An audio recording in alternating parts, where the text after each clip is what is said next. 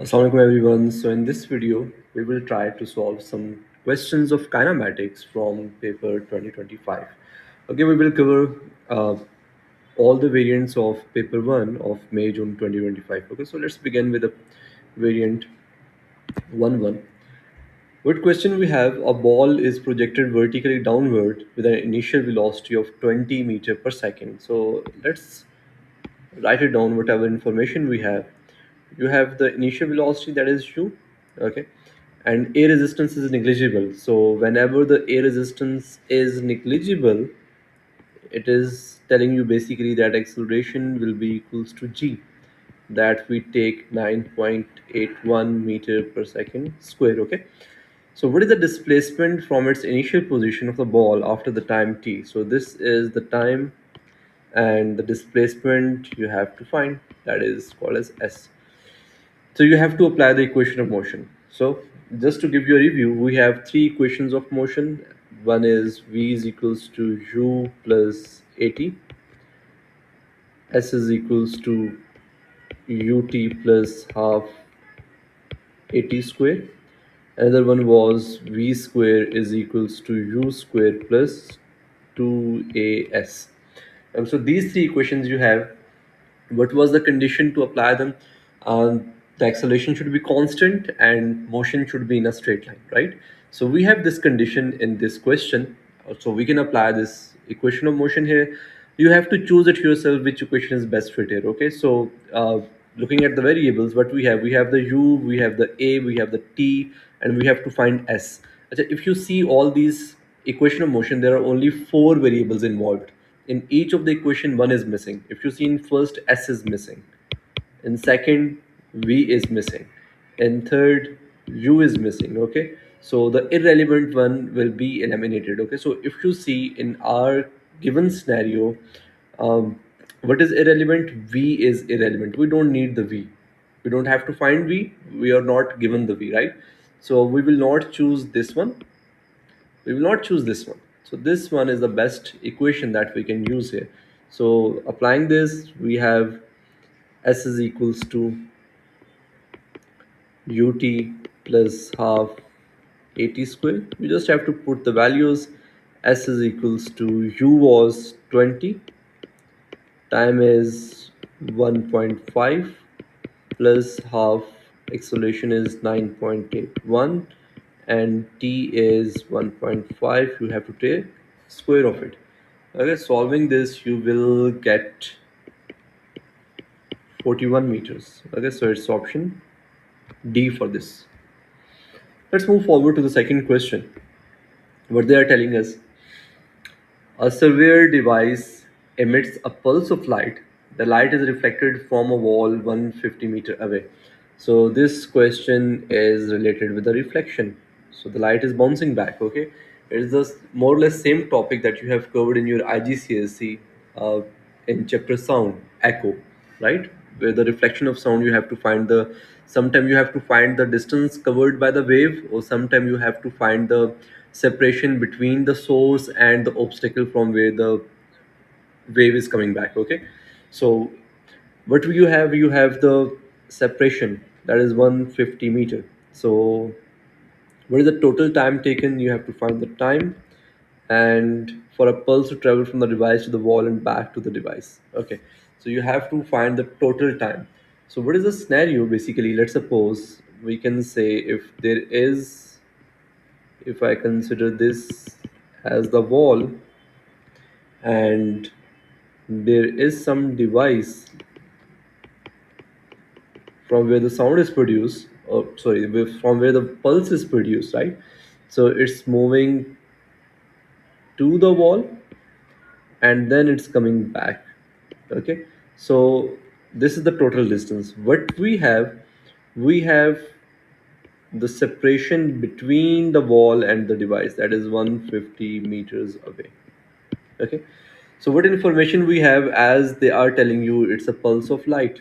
So light is electromagnetic wave, so its speed is always constant, that is 3 into 10 to the power 8 meter per second. So you have the speed, and distance travel will be twice the separation. Why? Because The pulse is going to the wall, it's covering 150 meters here, then it will come back again traveling 150 meter. So the total distance will be 150 plus 150. Okay, so the distance traveled will be, let's solve it here, distance traveled will be equals to 300 meters, right? And speed, you have speed is 3 into 10 raised to power 8 meter per second. You have to find the time. So v is equals to s over t. So t is equals to s over v. You just have to put the values. So s is equals to 300 divided by 3 into 10 raised to power 8. Solving this, you will get, the answer will be 1.010 raised to power minus 6 seconds. Okay, and 10 power minus 6 is basically micro, so it can be written as 1.0 microsecond. So it's option D. Okay, so let's move to the next question. What we have, which quantity of uniformly accelerated motion can be derived using only the gradient of the velocity time graph? Okay, so gradient of velocity time graph will tell you what, if there is a velocity, there is a time. So gradient is basically always rise over run, that is v over t, that is equals to acceleration. So that can give you the acceleration, right? So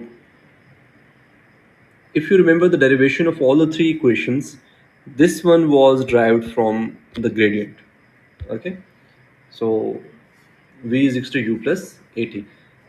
This can also be derived from simple acceleration formula. If you remember, we know a is equals to change in velocity over time, rate of change of velocity, right? um, it can be done as v minus u divided by t. Okay, so you can rearrange it. It will be a is equals to v minus u divided by t, v minus u is equals to at, so v is equals to u plus at. It can be derived like this, so it's option C, pretty simple. Next question. An object is projected horizontally from a table at time 0. The object fall in a uniform gravitational field. A resistance is ignored. Its mean acceleration will be equals to g. Graph P, Q, R, and S are velocity time graphs. Which graph represent the horizontal and vertical components of the velocity of the object? Topic is projectile motion, and it is projected horizontally. So if you remember, let's suppose this is some place, this is the ground, and from there you have projected this object horizontally. So as the object is projected horizontally, its initial velocity only have horizontal component. Okay, the vertical component will be 0. And in projectile motion, we know, as you know, when there is only one force, that is gravity, there will be no acceleration in the horizontal. Okay, so ux will remain constant throughout the journey. It will not change. Why? Because there is no force that is acting horizontally. So horizontal component of velocity will not change. Okay, so initially you can say v, so it should be uy will be equals to 0, because there is no vertical component of initial velocity. But with time, as the object move, it will keep on moving like this. So it's mean the gravity, the pulling force of the earth, will cause the vertical component of the velocity to increase with time, right? So it will be, there will be some vertical component of velocity, right? Okay, and how it will change, we know that vertically velocity change because of the acceleration. And which acceleration? That is equals to g, constant acceleration. Okay, so now we have to choose which graph represent the horizontal and vertical component of the velocity. So we have to choose for the horizontal, in which the velocity is not changing. So this is the graph in which the velocity is not changing. Okay, this is the only graph. Okay, so this will be, you can say, Vx. Okay. Okay, if you see in part, in P, this P, it's starting from the zero, as we have discussed. Vertical component was zero at the start, and it's increasing linearly. So this linear change is showing the acceleration is constant. Remember, the slope of acceleration time graph tell you the acceleration, velocity time graph tell you the acceleration. So this is a constant slope, constant acceleration. So this is the perfect answer for this thing. So this thing is showing v y. Okay. So this will be P and Q. Option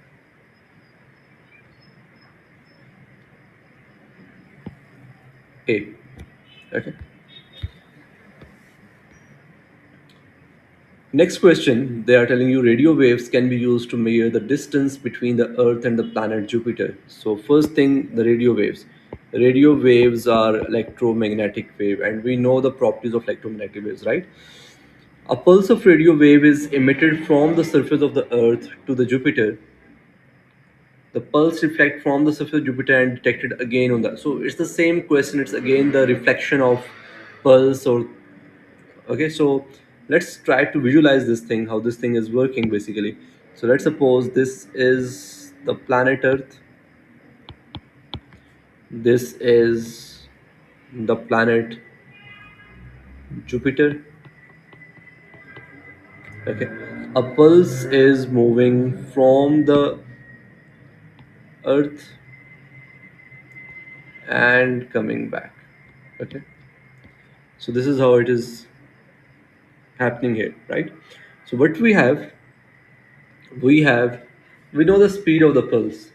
Speed of the pulse will be equals to 3 into 10 raised to power 8 meter per second. That is constant for all the electromagnetic waves. And the time between emitting and receiving the pulse is this. So this time is time you have t. That is a time for wave to travel one way distance. Okay, what is the distance traveled between the Earth and the Jupiter?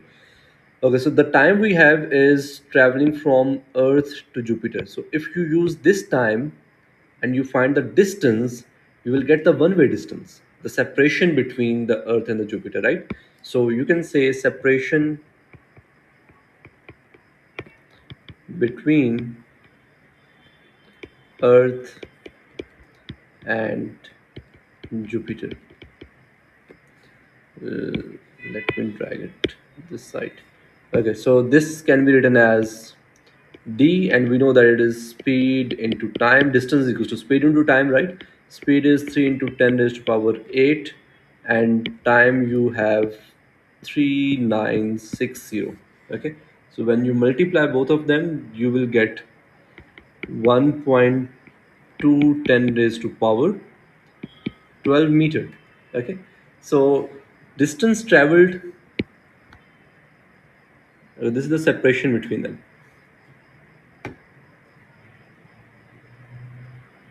Sorry, there's the correction, please. What we are doing, the time given is between emitting and receiving. So it's not the separation. This time is basically what we have is the distance traveled. It's the distance traveled. Okay, distance traveled by wave. Okay, sorry for the mistake. So this is what we have. You have to find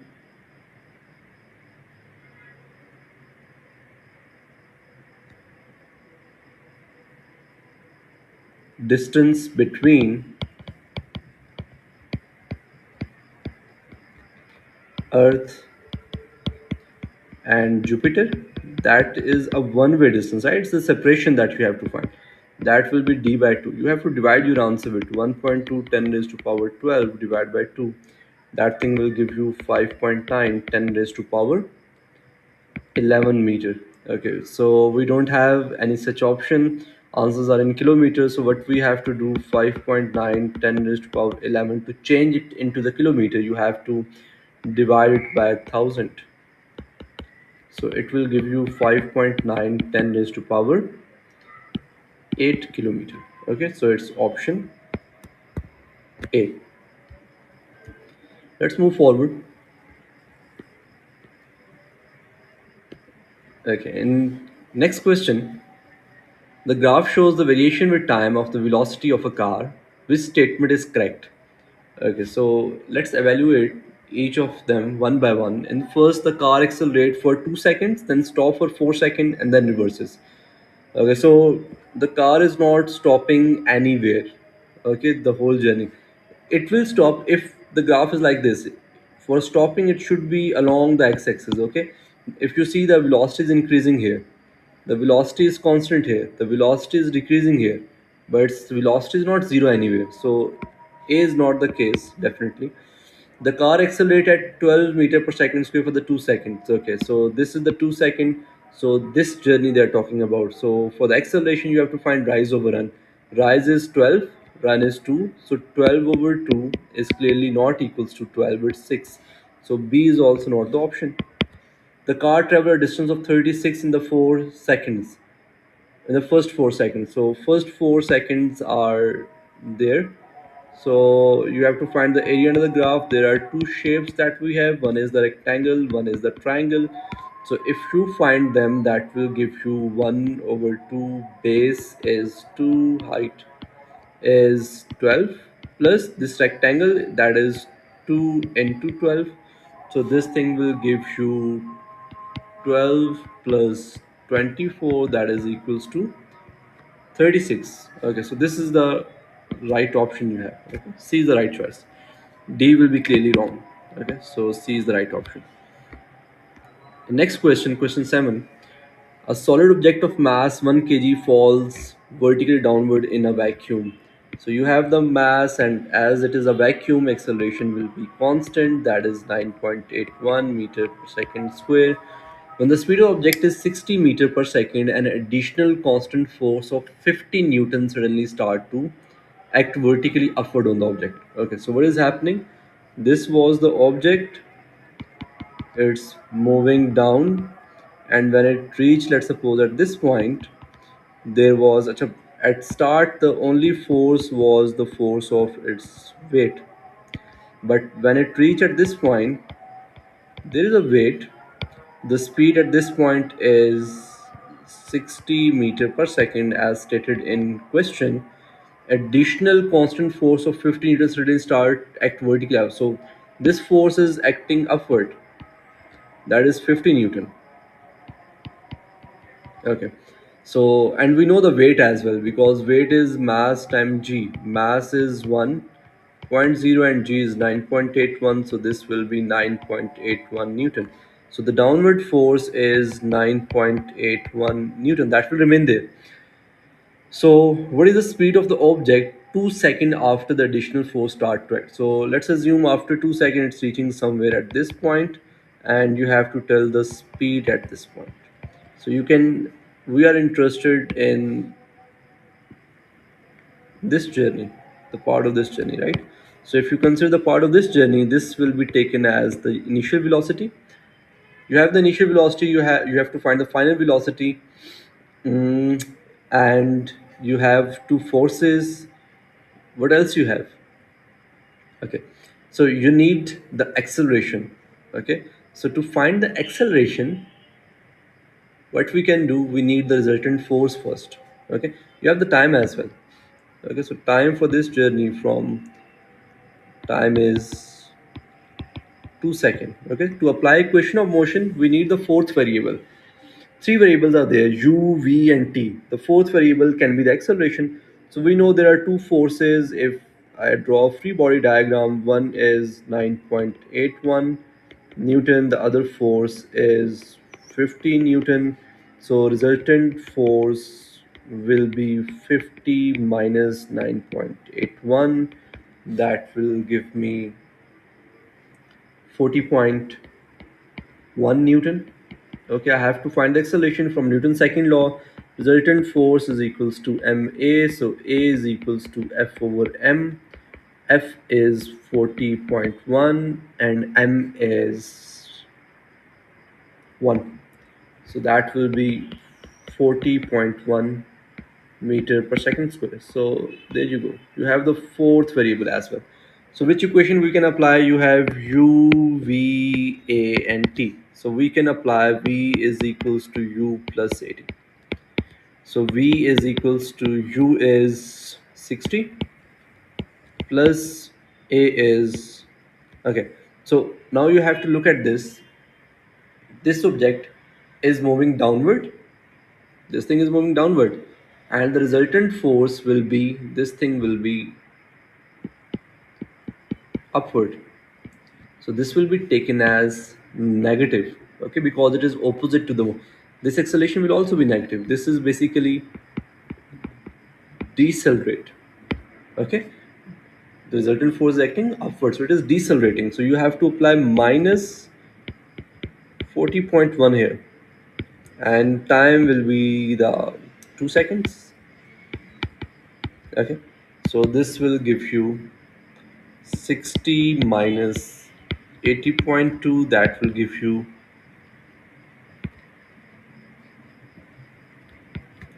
20 meter per second. It's option A. Okay, and it's making sense if you see the object was at 60 meter per second when there was no upward force on it. There was only one force that was acting downward.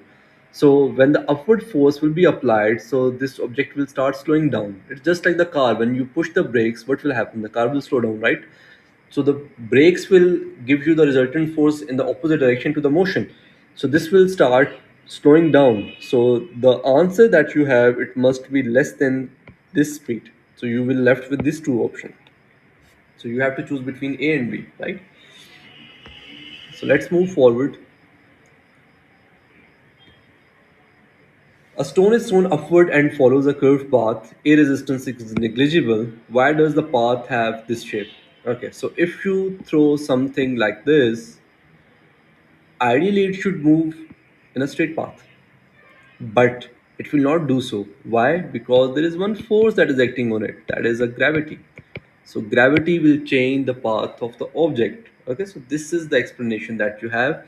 Okay, if you see, there is, let's suppose there is a planet earth, so the only force acting on is the weight. Okay, there will be, as there is no air resistance as given the question, so there will be no horizontal force.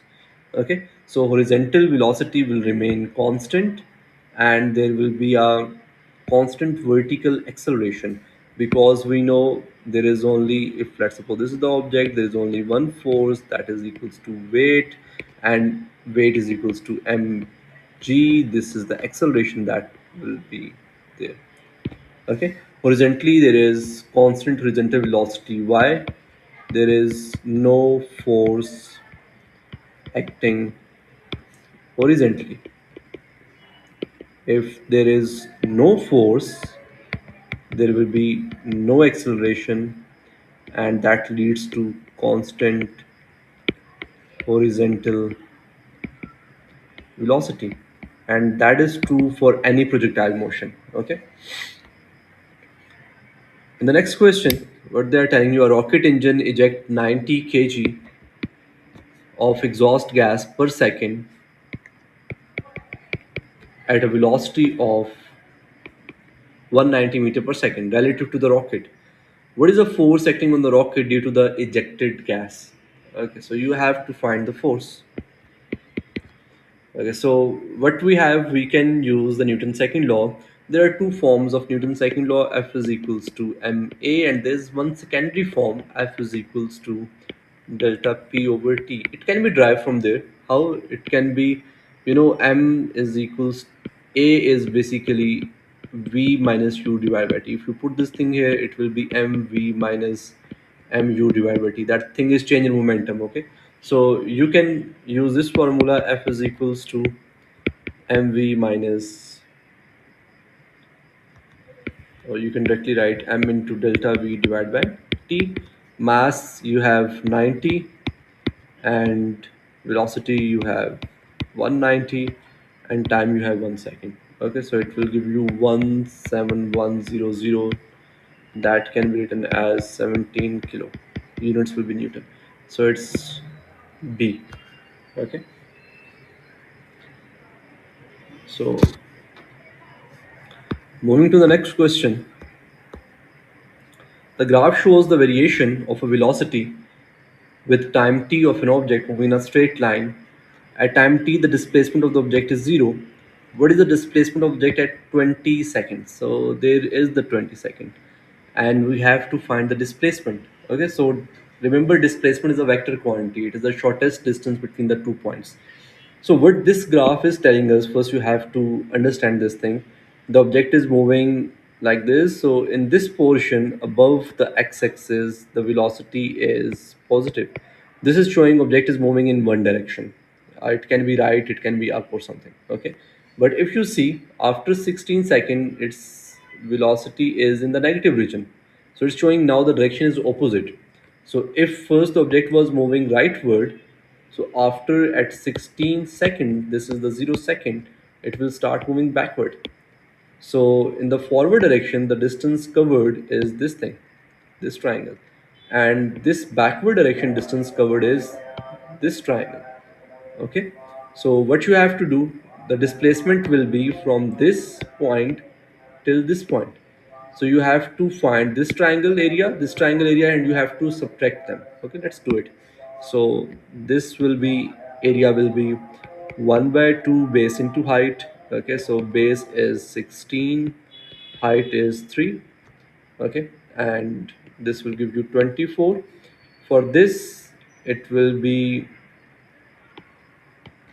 1 by 2 base into height. Base is 4 and height is roughly 1.5, I can say. So it will give you 3. So 24 minus 3 will give you 21. So your answer is B. Okay, moving to the next question. A science museum designed an experiment to show the fall of a feather in a vertical glass vacuum tube. Okay, it's a vertical vacuum tube. Vacuum means there is no air resistance, so A is will be equals to G. Okay, the time of the fall from the rest, its mean initial velocity is 0, is equals to 0.5 seconds. Okay, which length of the tube is required? You have to find the S. So you have A, you have U, T, and S. So you can apply S is equals to ut plus half 80 square. So s is equals to u is 0, so this whole term will turn out to be 0.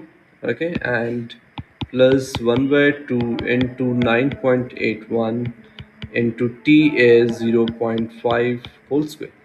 So this thing will give you 1.226, that can be written as 1.2 meter. It's option A. Let's move forward to the next question, that is, two coins are projected from a horizontal table at the same initial speed, that is u. Coin x is projected horizontally. So what we have both have ux is equals to uy. Both have the same speed. So let's not write it down like this because it will be confusing with the components. Okay, so coin x and coin y both have the same initial speed. Coin x is projected horizontally, coin y is projected upward at an angle of 30 degree to the horizontal. Both coin hit the horizontal ground without bouncing. Assume there is no air resistance, so there is a acceleration is equals to g, that will be only in vertical direction. Which statement about the motion of the coin is correct? Okay, so it's the case of projectile motion. One is projected horizontally, that is a coin x, and one is projected at an angle, that is a coin y. So which statement is correct for all of them? Okay, so if you see, this coin is starting its journey from this point and it's moving with some angle. Okay, if you just isolate this thing and look at this thing, its velocity is u.